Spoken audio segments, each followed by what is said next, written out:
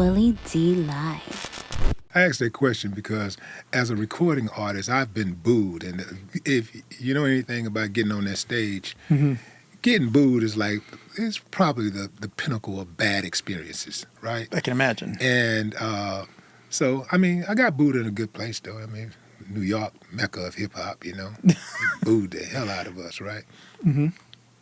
But it made me come back stronger. Mm-hmm. You don't really have that type of latitude to be booed, you know, so to speak. You know, the bad results could really be damaging to your practice, right? Because people going to go straight to Google. Oh, absolutely. Yeah, he did it. Yeah, but, you know, do it ever frustrate you, though? Do you ever get frustrated, like, when you have really, really good results? Because, you know, you being voted Houston Chronicle's best plastic surgeon of 2022 was not by happenstance, right? I mean, this is something that was earned, and you know, this is not something that you just creeped up on, right? Right. So you can't really you can't really like make those type of mistakes and it not be known, right? Exactly. Right. So, but do you ever think that? Do you ever like resent? I don't know if that's a pretty strong word, but I'll go ahead and use it for lack of a better word right now. Right. You ever resent that people, when they do get great results, they don't go to Google and say, "Hey, man, it's great," you know? Because I'm sure you have a lot less reviews than you've had surgeries. Everybody does. Right. And that's why, you know, usually my girls are really good at like, hey, if you don't mind, if you have some time, leaving a positive review and everything like that, and that usually helps.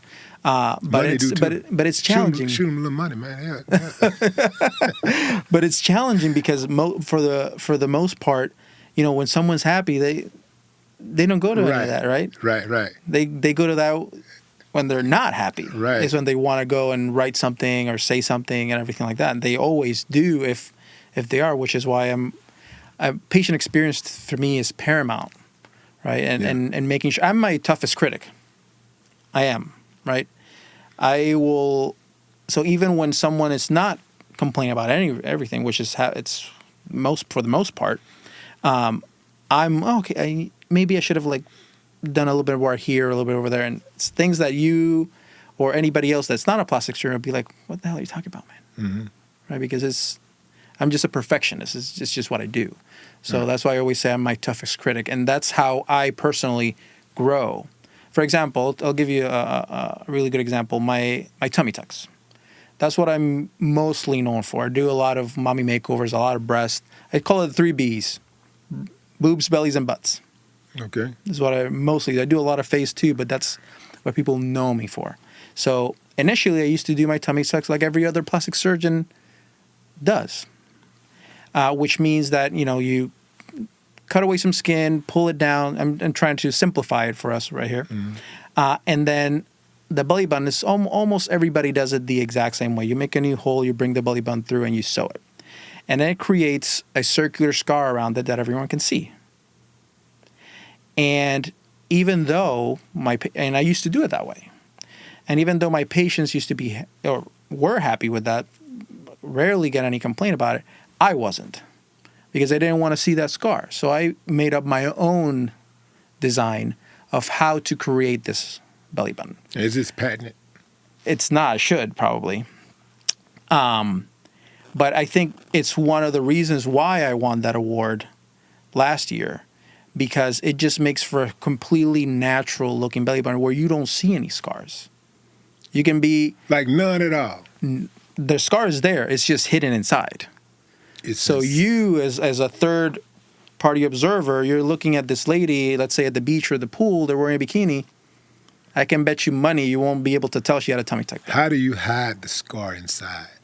So basically, if you imagine this being your skin, right? And you're pulling it forward, usually what plastic surgeons do, you bring the belly button through it, and then you sew it right here, right? So you see that scar. What I do is I create a special flap where I take the skin and I invert it in like that. Oh. So the scar is hidden inside, and you see normal skin around it. Yeah. So and I can show you a bunch of before. So the scar is actually on the belly button. It's right inside, but because the tucked skin is like inside. Yeah, it's like doing like that. It's tucked inside where that little dirt you usually be if you don't clean well. Exactly, which means that and that it's good that you bring that up because it makes it a little bit harder to take care of initially. Because the scar is not out here where you can take care of it really easily. It's in there. Right. So now you have to really, really be on patients. You can talk to my nurses and they'll be like, oh man, my God, yeah, that's what most of what we do is teach how to like keep that belly button clean so that those scars will heal in there. Yeah. But at the, long term, it's worth that extra little care while you're recovering because then, at the end that those scars are hidden in there and it just looks beautiful.